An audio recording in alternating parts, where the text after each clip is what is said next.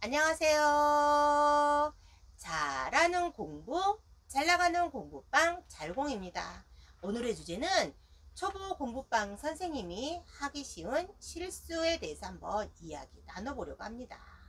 일단 선생님들이 욕심을 가지고 선생님들이 열정을 가지고 공부방을 운영하기로 결정하고 공부방을 운영을 하면 이 인간관계에 대한 경험, 아이들하고 부딪히는 경험이 부족하다 보면 이것저것 실수를 하면서 세월을 낚는 거죠. 실수를 통해서 그 실수를 메꿔가고 그 실수를 하지 않기 위해서 내가 노력하고 그 실수로 인해서 나의 실력이 높아지기도 하고요. 나의 경력이 되기도 하지요. 그럼 초보 공부방 선생님이 공부방을 운영했을 때 제일 하기 쉬운 실수가 뭐가 있을까요? 처음에 공부방을 운영을 했을 땐 아이들이 별로 없다 보니까 시간이 많잖아요. 그래서 시간표를 짜실 때 학부형님들 위주로 학부형님들 편의로 수업하는 아이들이 편리대로 수업 시간표를 짭니다. 학생들이 1명, 2명 있을 때는 그 아이들을 위주로 수업을 시간표를 짜주지만 이게 공부방을 오래 운영을 하다 보면 그리고 내가 실력이 좀 더 좋아지면 동네에서 입소문을 타게 되면 아이들이 점차 늘기 시작합니다. 그러면 그전에는 학부형님들 위주로 학생들 편리에 의해서 시간표를 짰는데 학생들이 점점 많아짐으로써 시간표 관리가 안 되는 거죠. 그래서 처음부터 공부방 운영하실 때 학년별로 시간표를 짤 건지 레벨별로 시간표를 짤 건지 무학년, 무레벨로 시간표를 짤 건지 결정을 하셔야 하고요. 그 내가 정한 그 규정에 의해서 학부형님들, 학생들을 끌고 가야 합니다. 처음에 학생이 없다 해서 학부형님들 의견 다 수렴하고 학생들 의견 다 사정 봐주다 보면 나중에 이게 관리가 안 돼서 내가 이러지도 못하고 저러지도 못할 그런 상황이 옵니다. 그래서 선생님들께서는 처음에 공부방 오픈하실 때 미리 시간표 짜시고 그 틀에서 크게 벗어나지 않는 한도 내에서 아이들, 학부모님들을 배려하고 그 선에서 시간표를 운영을 해야 됩니다. 그리고 공부방 처음 운영하실 때 또 하는 실수가 뭘까요? 상담을 할 때 확답을 하면 안 됩니다. 처음에 아이를 딱 봤는데 이 아이가 정말 똑똑해요. 이 아이가 정말 똑똑하게 생겼고 그리고 이 아이가 정말 성실하고 이 아이가 정말 머리가 좋아요.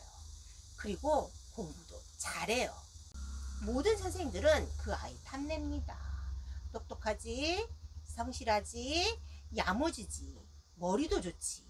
너무 선생님들한테는 금상첨화인 학생입니다. 이 학생과 이 학부모님들에게 확답을 하면 안 됩니다. 네가 성실하고 네가 똑똑하고 네가 머리도 좋고 공부도 잘해. 그래서 내가 너를 어느 수준까지 만들어 놓겠어. 어느 수준까지 내가 이 아이를 만들어 놓고 내가 이 아이를 그 수준에 올려놓겠어 라고 이런 호언장담을 하면 절대 안 됩니다. 특히 남자애 같은 경우에는 이런 호언장담 절대 금물입니다. 사람이 살다 보면 여러 가지 변수가 있잖아요. 그 중에서 아이들은 커가면서 이 변수가 무지 많습니다. 비록 지금은 아이가 똑똑하고 공부도 잘하고 머리도 좋고 성실하지만 이 아이가 지금 이런 현 주소에 있지만 아이가 잘 크고 무난하게 잘 사춘기를 이겨내면 다행이지만 이런 아이들 사춘기가 오면 정말 머리 아플 정도로 현타 옵니다. 그러면 내가 이미 학부형님과 아이에게 그 확답을 이미 했잖아요.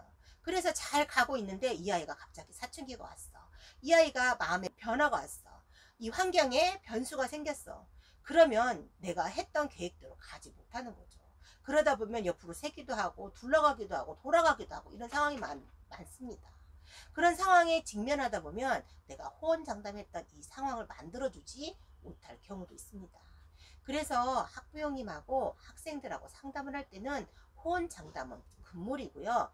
네가 학부형님의 자제분이 또는 네가 나의 의지대로 잘 따라와 준다면, 선생님이 가는 대로 잘 방향을 잡아와 준다면, 네가 사춘기 때도 잘 이겨내고 숙제를 꾸준히 끝까지 다 성실하게 다 해준다면 이라는 조건을 꼭 붙이셔야 합니다. 그래서 선생님의 발목 잡힌 일을 하지 않으셔야 합니다. 의욕에 열정에 넘쳐서 이런 실언을 할 수도 있습니다. 저도 이런 실언 해본 적 있습니다. 한 3년 전, 한 4년 전인 것 같습니다. 지금은 걔가 고등학교 1학년이니까 3년 전, 4년 전의 일이네요. 4년 전에 어떤 아이를 봤어요.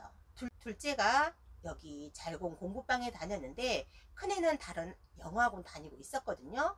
그런데 이 큰애가 초등학교 6학년 때 엄마 대신 이 둘째를 픽업하러 잘공 공부방에 왔는데 이런저런 아이하고 얘기를 하다 보니까 이 아이가 너무 마음에 든 거예요. 애를 딱 봤는데 야무지고 똑똑하게 생겼더라고요. 아이가 탐이 나더라고요. 자기 의견도 어쩌면 그렇게 조리 있게 말하고, 그리고 이 아이가 시원시원하게 대답하는 게 너무 제 마음에 쏙 들더라고요. 그래서 제가 그 아이한테 얘기했습니다. 잘공아, 난 네가 너무 시원시원하고 네 성격 마음에 든다. 참 성실할 것 같고 똑똑하고 야무질 것 같아. 나 너 같은 학생 한번 가르쳐 보고 싶다. 너 학원 어디 다녀? 나한테 와서 나한테 한번 배워보지 않을래? 라고 얘기를 한 거죠. 그랬더니 이 잘공이가 얘기를 하더라고요. 그렇지 않아도 엄마가 지금 다니던 학원을 접고 다른 학원 알아보고 있는 중이에요. 이렇게 얘기를 하길래 제가 왜? 라고 얘기를 했더니 제가 다니는 학원은 초등학교 저학년 위주이고 관리가 잘 안 되고 학습 능률이 없다 해서 엄마가 학원을 알아보고 있더라고요. 이렇게 얘기를 하더라고요. 그래? 나 너 한번 가르쳐 보고 싶다. 너처럼 야무지고 똑똑한 애를 가르치면 실력이 금방 향상될 것 같아. 욕심나네? 한번 어디까지 실력이 향상되는지 한번 해보고 싶다. 한번 도전해보고 싶다. 너 나랑 같이 수업 한번 해보지 않으련? 라고 얘기를 한 거예요. 제가 공부방을 운영을 하면서 처음이에요. 내가 이 아이가 마음에 들고 내가 너를 가르쳐주고 싶고 네가 어느 정도 급성장을 하는지 정말 보고 싶다. 너의 똑똑하고 너의 야무짐이 정말 탐이 난다라고 얘기를 하면서 이 아이에게 얘기한 거예요. 이 아이가 집에 가서 엄마한테 그런 얘기를 그대로 전달했겠죠. 당연히 이 아이가 저희 학원으로 옮겼습니다.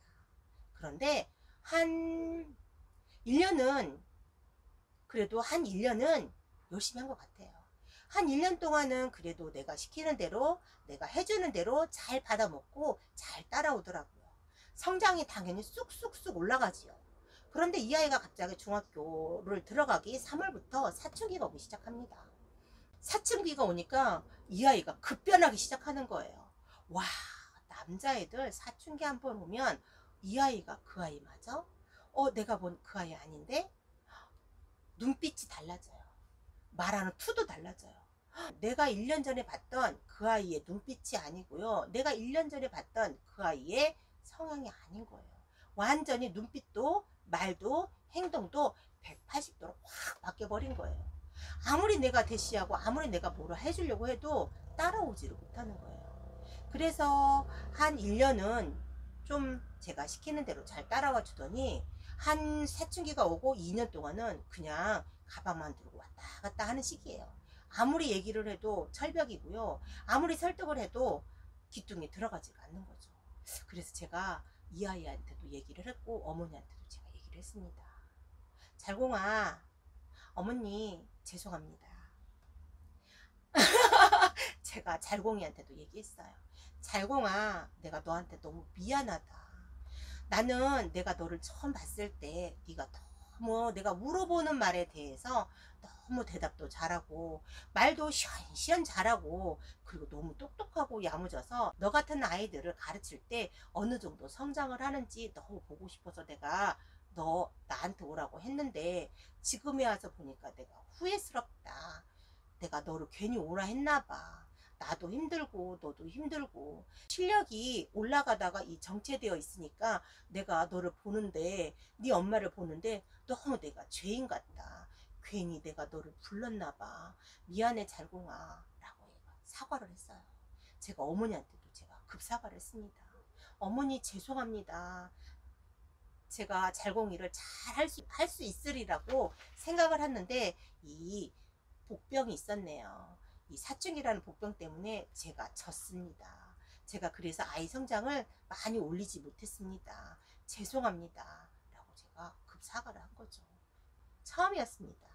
아이가 너무 마음에 들어서 내가 너 가르치고 싶으니 나한테 와라 하고 말하는 것도 처음이었고, 제가 학부형님 앞에서 급사과하고 고개 숙이고 급사과하는 것도 처음이었고, 내가 가르치는 학생에게 정말 미안해. 내가 너를 정말 잘 가르치고 싶었어. 너를 실력을 항상 올려주고 싶고 너 같은 아이들한테 가르쳤을 때 얼마나 되는지 정말 보고 싶어서 너를 불렀는데 내가 너의 사춘기에 내가 지고 말았구나.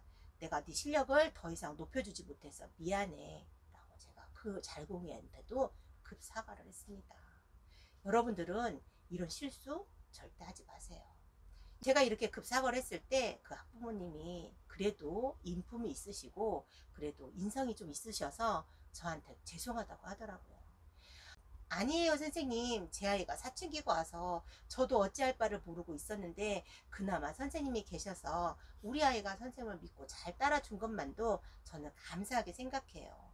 우리 아이 사춘기 때 선생님 지도하고 함께 해주시니라고 정말 감사하고 고마웠습니다 라고 말씀을 하시더라고요. 그런데 정말 인품이 아니고 성품이 아니었던 분이라면 저한테 따지고 들면 저는 할 말이 없는 거예요. 일구무원 이분 있으되 할 말이 없는 거죠.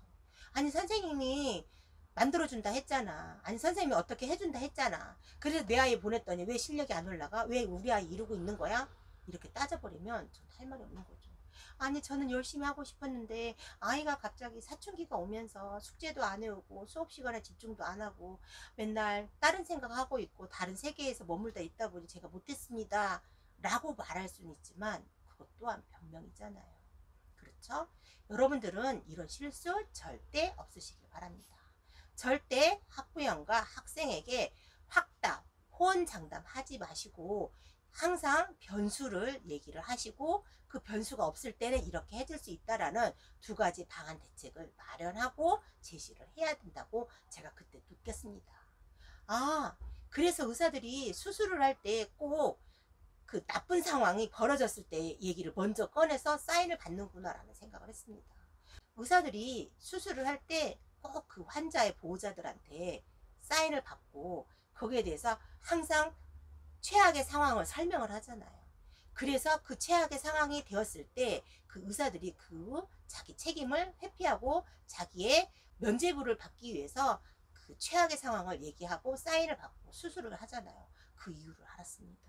아, 공부방을 운영하든 교습소를 운영을 하든 학원을 운영해도 아, 이런 거는 똑같구나. 사람과 사람이 사는 그런 관계이기 때문에 공부방에도 이런 거 적용을 시켜야 되나 보다라는 생각을 그때 처음 했습니다. 공부방, 교습소, 학원 선생님이 저지를 수 있는 가장 큰 실수가 될 것 같습니다. 여러분들은 공부방, 교습소 운영을 하시면서 절대 이런 실수는 하지 않으시길 바랍니다. 또 공부방, 교습소, 학원을 운영할 때 초보 선생님들이 주의할 사항이 뭘까요? 공부방 선생님이 나이가 어리면 어릴수록 학부형님이 이런 현상은 더 있는 것 같습니다.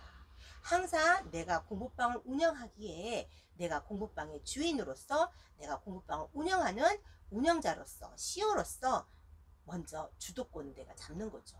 이 주도권이 학부형님한테 가버리면 이 선생님은 진짜 공부방 하기가 너무 괴로워집니다. 해가 가면 갈수록 날이 가면 갈수록 아이가 제대로 따라오지 않으면 않을수록 선생님은 공부방 운영하기가 너무 힘들고 괴로워지는 거죠. 그런데 간혹 이런 학부형들이 있습니다. 공부방을 운영하고 교습소를 운영하고 학원을 운영하다 보면 영향력이 큰 학부형님들이 있습니다. 내가 여러 사람들을 소개를 시켜서 이 공부방에 왔어. 그리고 내가 어느 정도 그 사회적 지위도 있고 경제적으로도 내가 여유로워. 그리고 내가 공부방, 교습소, 학원에 많은 사람들을 소개해서 이 많은 인맥들이 다 이 공부방에 자리를 차지했어. 그래서 그 영향력을 행사하는 학부형님들이 제법 있습니다. 공부방을 운영하다 보면. 이럴 때일지라도 공부방 선생님은 주도권을 절대 학부형님한테 주면 안 됩니다.